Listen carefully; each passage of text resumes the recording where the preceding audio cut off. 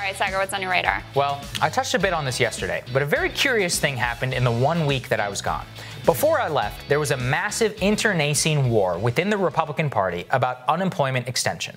Steve Moore, Larry Kudlow, Art Laffer, then all that company, they teamed up with Ted Cruz and Rand Paul and many others to push the party line. Unemployment extension of $600 a week would kill any ability for Americans to get back to work, they said. In fact, other than corporate liability being included in the next package, the only red line that most GOP senators had was that they refused to extend the $600 extra per week of unemployment. Here's what Senator Lindsey Graham said about the situation, which accurately sums up where we were before I left. Half the Republicans are going to vote no to any Phase 4 package. That's just a fact. And a lot of Democrats are going to insist on $3 trillion, which would be way too much. It would be wasted money. I'm confident President Trump will lead us to a solution where we have money for kids, jobs, and health care. So then I left town, and I come back, and I swear I've taken crazy pills, because my timeline is now full of GOP media figures, Republican Capitol Hill staffers, and White House staffers bragging about how they, in fact, are the ones who tried to extend unemployment of $600 per week and are trying to saddle Democrats with the ensuing political fallout. So this came as a result of broken down negotiations between Pelosi, Schumer, and the White House over a new bailout bill. White House has now tried to seize the initiative by touting Trump's new executive order. And the order is relatively unclear, with promises of $400 a week, unemployment extension, an eviction moratorium, and more meant as a gesture from the president to Congress that if they can't step up, that the executive branch will.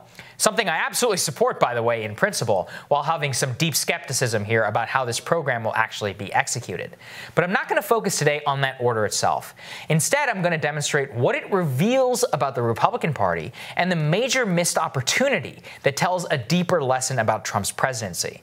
You see, all of that hand-wringing from Republican senators about debt, about unemployment extension, about how it would kill jobs, and more absolutely vanished the moment that Trump declaratively signed his name to the idea and put the full force of the presidency behind it. In fact, to date, not one single Republican senator has expressed concerns about the economic or debt ramifications about Trump's order. Only one GOP senator has decried the move. Senator Ben Sasse, who is an economic libertarian and who cares much more about norms through which Trump is governing rather than what exactly he's doing, saying that the order is, quote, unconstitutional slop.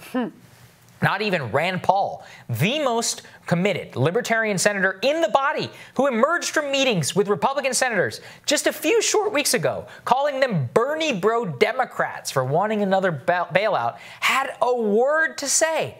And even crazier, Senator Mitch McConnell, who once said unemployment would never be extended at the $600 level, spoke approvingly of the president's order, saying, quote, I support President Trump exploring his options to get unemployment benefits and other relief to the people who need them the most. Yesterday, he even said, quote, Republicans want to send cash right now for schools, testing, and unemployment benefits and argue over state bailouts later. What is going on here, folks? Is that the same Mitch McConnell? How the hell did this dramatic shift in tone from McConnell come about? How did we finally get Rand Paul to shut up about spending? Well, it's because Trump is the single most popular figure in the Republican Party. And because the Republican base, along with the entire country, is absolutely opposed to the prevailing ideology of the Republican Party, that not a single one of these senators has the political will or ability to oppose Trump whenever he tethers his presidency to spending money in a way that his voters absolutely want him to. But in this lesson is also a tragedy, because while it reveals that the GOP is completely vacuous and given real political costs for its corporatist ideology, it will absolutely back down if it reveals the tragedy now of the situation in the first place. Because since Trump's first day in office, he has taken a backseat to affairs in Congress. The new president made the catastrophic mistake of actually believing a word out of Paul Ryan's mouth in 2017 when he said he would take care of it when it came to wall funding and Obamacare and so much more.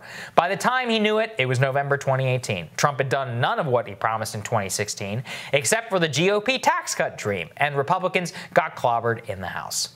the episode reveals in a microcosm that in the beginning of his presidency and that of this crisis, that if the White House had actually drawn red lines within its own caucus, made it known that Republican senators would pay a large political price for opposing him, then he could slay GOP zombie ideology once and for all. He could serve the working class voters who put him into office, and even better, he could serve the entire U.S. population.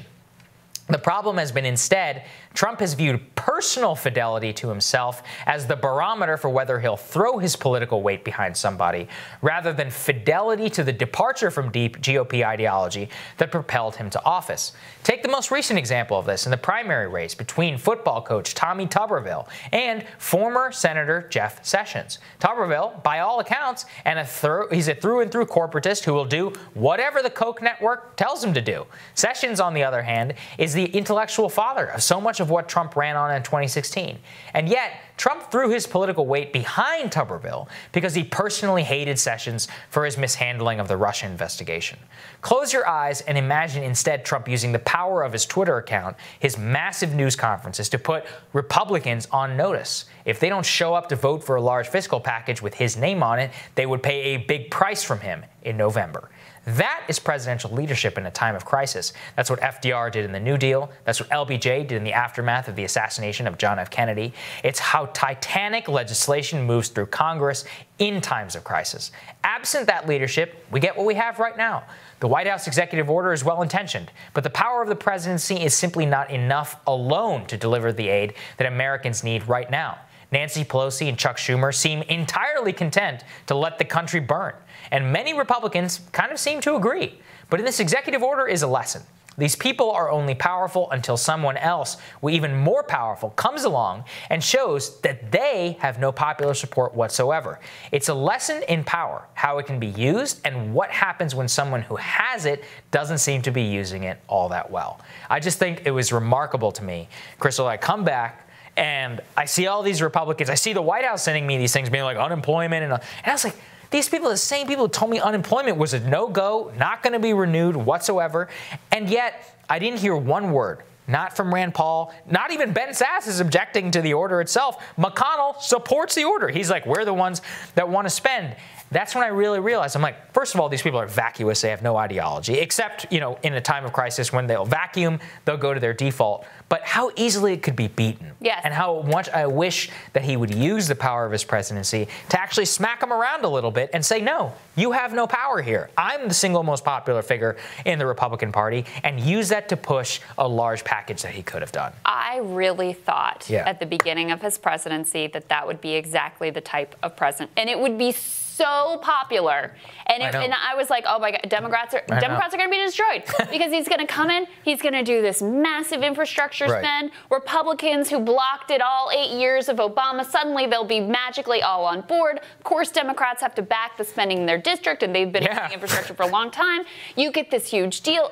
Same thing here. Oh, and they all would have shut up. None of them would have said a word if it made them pay a price. And look, I mean, Trump is kind of a unique figure in the Republican Party, uniquely popular, has unique pull with the base of the Republican Party. But you're right to point to history. It is oftentimes presidents of the opposite party, when they go against their party's ideology, entrenched orthodox ideology, that is when big things happen. So on the flip side of things that I didn't want to happen, but you think about Bill Clinton. You think about welfare reform. Okay, this was something that Reagan wanted for a long. The Republicans were pushing this forever. Get it done. They could not get it done. But once you had a Democrat getting Democrats on board, the Republicans were already there ideologically. That's how that happens. You see this time and time again throughout history. And I thought that Donald Trump would be the kind of president who would be just as happy to tell the Republican leaders F you as the Democratic leaders, and on spending and economic priorities would be open to working with Democrats. Because look, you could have had your $600 unemployment insurance and direct payments, and it would have been good for the economy, it would have been good for the American people, and it would have been very good for Donald Trump's reelection prospects. And you are 100% right that Republicans would not have had the stomach to go up against him. They would have fallen in line. Fine, there may have been a few dissenters, whatever, it doesn't matter. And so the fact that he hasn't governed in that way, and then look, he would have done all of his immigration stuff that Democrats find abhorrent. And by and large, a lot of the American people would be satisfied with what they got economically in that bipartisan coalition. But instead, we get the same crappy bipartisan coalition on like wars and tax cuts that we always get. Yeah, no, and that's what bothers me the most. I think about a guy like Ron Johnson, who is one of these pure, economic libertarians. He's from Wisconsin. Trump actually won Wisconsin and put Johnson, by the way, over the map. So what does that mean? So it shows you that if he were to come in and be like, no, Ron, you're voting for this bill. I don't care what you think about taxes and debt. He's going to do it. Yeah. He has to. Same with Pat Toomey.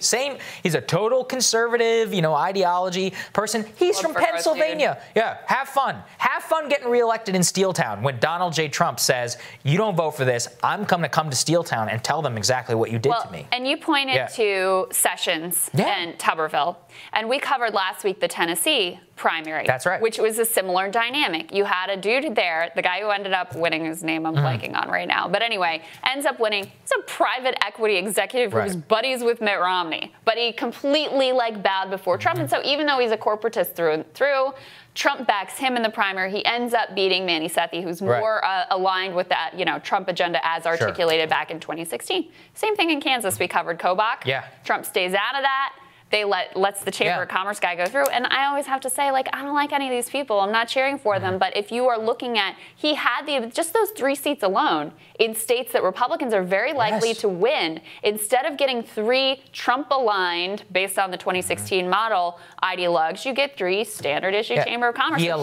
He himself is recreating the George W. Bush Republican Party. He is doing Which he ran against, and that's what drives me the craziest, which is that you actually have this power, the presidency. You can use it in any way that you want. The only person he took down who I liked about it was Mark Sanford, because I can't stand Mark Sanford. But it's those types of people that should be primaried. He should be ideologically aligned. He should be using that. But instead, he's viewed it as personal fidelity, and he hasn't governed as effectively as he could and really killed the GOP establishment in the way that it really needs to. And the corporatist candidates have been phenomenal suck-ups, I guess. Oh, yeah. No surprise there. They're good at it. We're going to have more Rising for you after this.